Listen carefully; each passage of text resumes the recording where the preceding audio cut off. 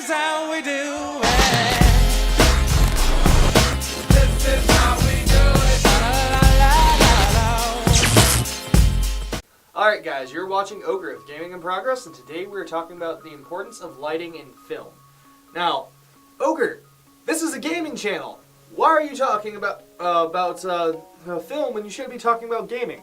I will get to that in a moment, comment section. I'll actually get to that at the end of the video. This isn't just for you wannabe cinematographers out there like myself. This is for you gamers out there and you YouTube gamers. So, let's talk about this. Why is lighting so important when you are filming, whether it's with a high-end camcorder, low-end camcorder, DSLR, or a professional, like a professional cinematography camera? I mean, I'm not even sure if that's the right term or phrase. Yeah, that's how amateur I am.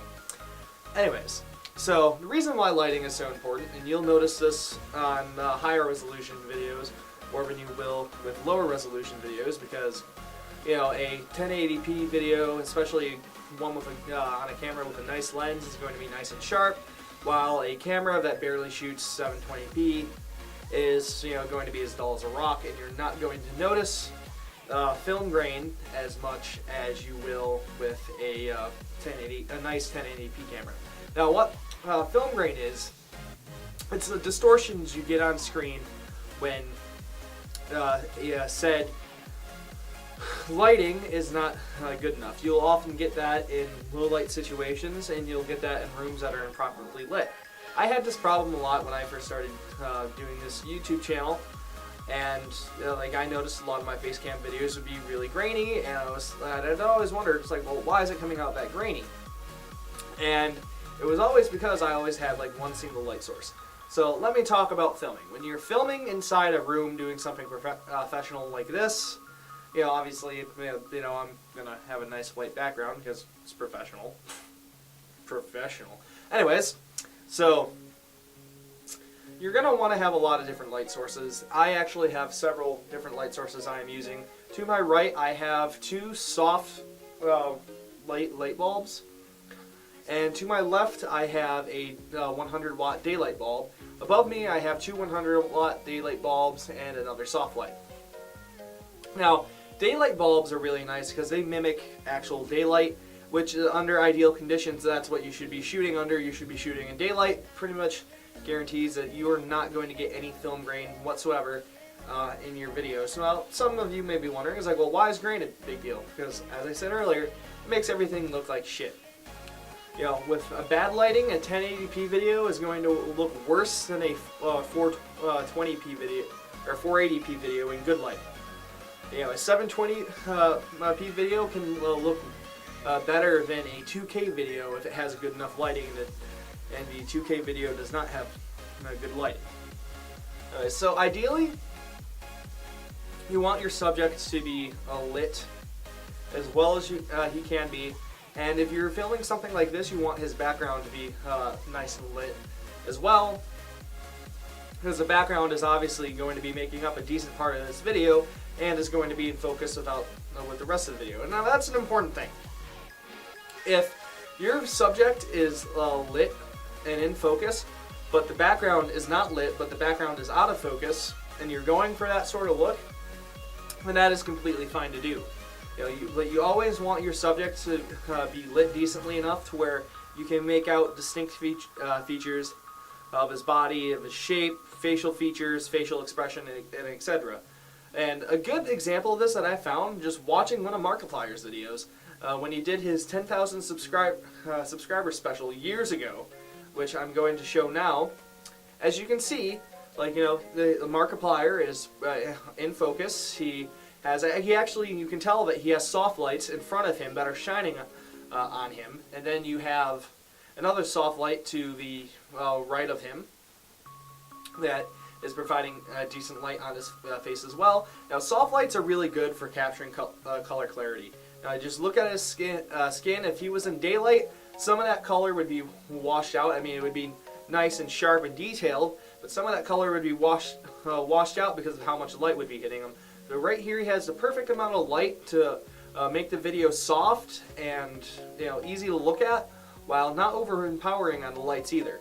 Now, if you look at the background, it's dark and you're seeing film grain. However, that is completely fine because the background is not the focus of the video, and it doesn't add much or detract from the scene. And if you look at his Chubby Bunny video, which is another earlier video he did, you can see that like his face is well lit. It's not lit well, but however, the rest of the room is lit well enough to where the camera picks it up in almost perfect focus. But like I said, it's not lit well enough to where it looks good, and it really detracts and it takes the focus away from the person who's supposed to be in focus, and kind of, you can notice how bad the lighting quality and how shitty the video quality is. This is a HD video. It shouldn't be this fuzzy, yet it is very fuzzy. Right here. Anyways, that being said, lighting is important. However, would-be cinematographers shouldn't stress over it if there's nothing that can be done about it, given the materials and the tools you have available at the time. I was in a web show a while ago, in which we tried rebooting after it failed, and the reboot failed. But I applied a lot of these principles that I'm talking about to this web show, and there's a lot of good examples of how to do lighting and a lot of bad examples too. Now, here's a good example of how to do something with limited, about doing something with limited resources. As you can see, the lighting is poor. However, it doesn't detract from the scene because the scene is meant to look low quality. It's meant to look like a dash cam type video, and so we were able to get away with low quality lighting just from my car's light in that particular scene, and in this scene again where I'm making a phone call. So that's a big thing. You have to worry about if the lighting makes sense. If the lighting makes sense for the scene, even if it's poor lighting, it is not going to affect the scene that much. So obviously, if you're trying to do something in the middle of the night and you have lighting all around your subject that's as good as this lighting, unless you're coming out of a strip club or a store or something, on a city street that's lit up at night, it's not going to make sense to have lighting that is this good. So for lighting like that, you want it to also match the scene and match the idea of the scene.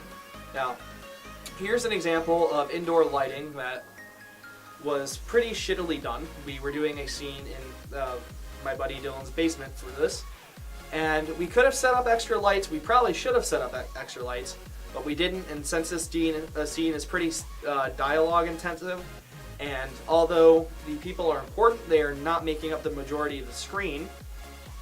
It really detracts away from the scene and pulls focus away from the characters, away from the dialogue, and more towards the shitty quality of the lighting, as you can see in the film grain. So, ideally, you'll want to be shooting under daylight conditions. If not, you're going to try to replicate it as much as you can. If you're shooting indoors and it's daylight, open a window and then use some supplementary lighting that normally will just work fine. Now, as you can see with this scene was shot in daylight, and as you can see, there's little to no film grain whatsoever, and that ideally is what you want to shoot for. We also put a nice little filter over the scene as well to make it feel a little bit more cinematic. Now, like I said, I'm not the most great of cinematographers or actors, and this show was entirely cheesy and embarrassing. Oh, my sphincter! Whoa, whoa, whoa, whoa, whoa, whoa! Hey! Whoa!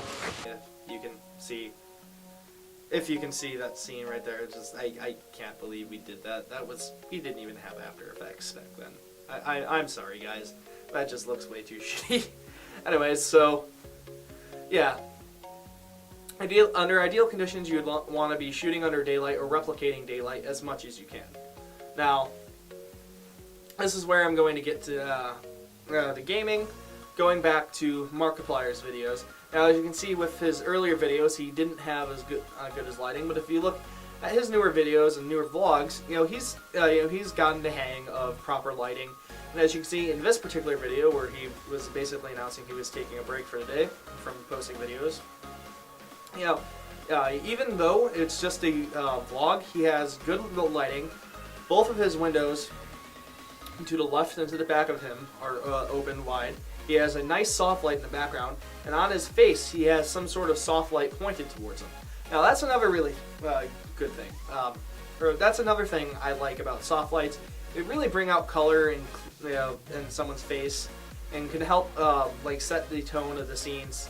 Set the emotion. If you have a daylight bulb pointed on someone's face, it's going to capture it in complete perfect clarity. And sometimes you don't always want that. So what I do when I film, I set up 2 daylight bulbs, just to illuminate the room enough to where the camera won't pick up much film grain behind me. And then I'll set up like a soft light or another light pointing towards my face, to kind of tone down the lighting a little bit and give my face some really nice color. And that's generally what I do with my camera. Now, there's 2 cameras I record with. I have a DSLR camera, which I'm recording with right now, and I have this little HD JVC Aereo camera. Only shoots in about 720p, but the file sizes it records are extremely small compared to